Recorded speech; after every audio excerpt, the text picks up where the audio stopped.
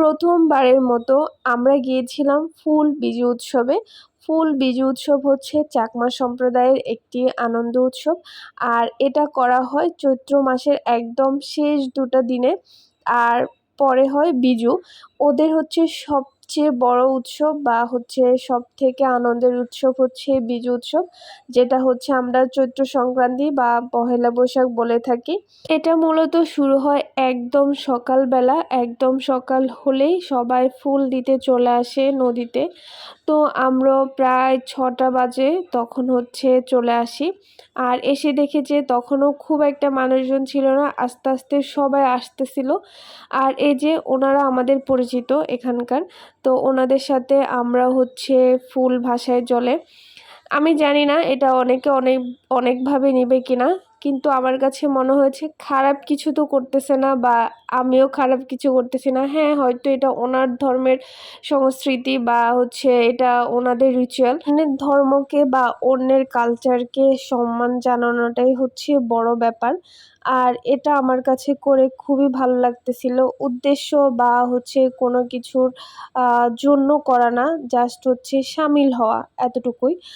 দেন আমরা এটা শেষ করে এখন চলে যাব নদীর ওই পাড়ে। ছোটবেলায় সবসময় এই উৎসবটা আসলে টিভিতে দেখতাম যে তারা এরকম ফুল ভাসাচ্ছে নদীতে বা হচ্ছে তাদের কালচারগুলা খুব সুন্দর করে পালন করতেছে।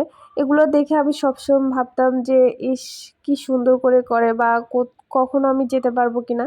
কিন্তু সত্যি সত্যি যেটা আমি কখনো ভাবিই না যে কোনোদিন আমি এসব জায়গায় আসবো বা হচ্ছে এসব কালচারগুলো দেখবো একদম নিজ চোখে, সেটা অকল্পনীয় ছিল এবং ওটা এখন আমার বাস্তবে হচ্ছে রূপ নিয়েছে, যেটার জন্য আমি খুবই হ্যাপি ভগবানের কাছে যে অনেক কিছু শিখছি, অনেক কিছু দেখছি। সত্যি কথা বলতে ভ্রমণ করলে মানুষের কি পরিমাণ যে দক্ষতা বা হচ্ছে জ্ঞান বৃদ্ধি পায়, সেটা যে যারা ভ্রমণ করে বা হচ্ছে যারা ভ্রমণের সাথে যুক্ত তারাই একমাত্র উপলব্ধি করতে পারে। কারণ কত ধরনের মানুষ বা কত ধরনের সংস্কৃতির সাথে যে আপনার পরিচিতি বাড়বে, সেটা আপনি বই পুস্তক থেকে কখনো কোনোদিন আপনি শিখতে পারবেন না।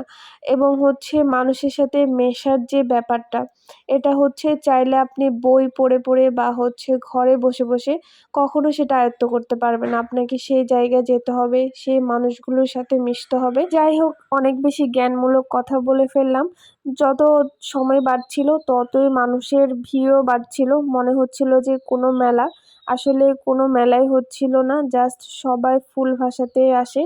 আর হচ্ছে এখানে ছোট্ট একটা রেস্টুরেন্ট রয়েছে, সেটা হচ্ছে এরকম যখন জল থাকে না নদীতে তখন এই রেস্টুরেন্টটা হয় রিভার ভিউ রেস্টুরেন্ট, আর যখন জল থাকে তখন এই রেস্টুরেন্টটা থাকে না।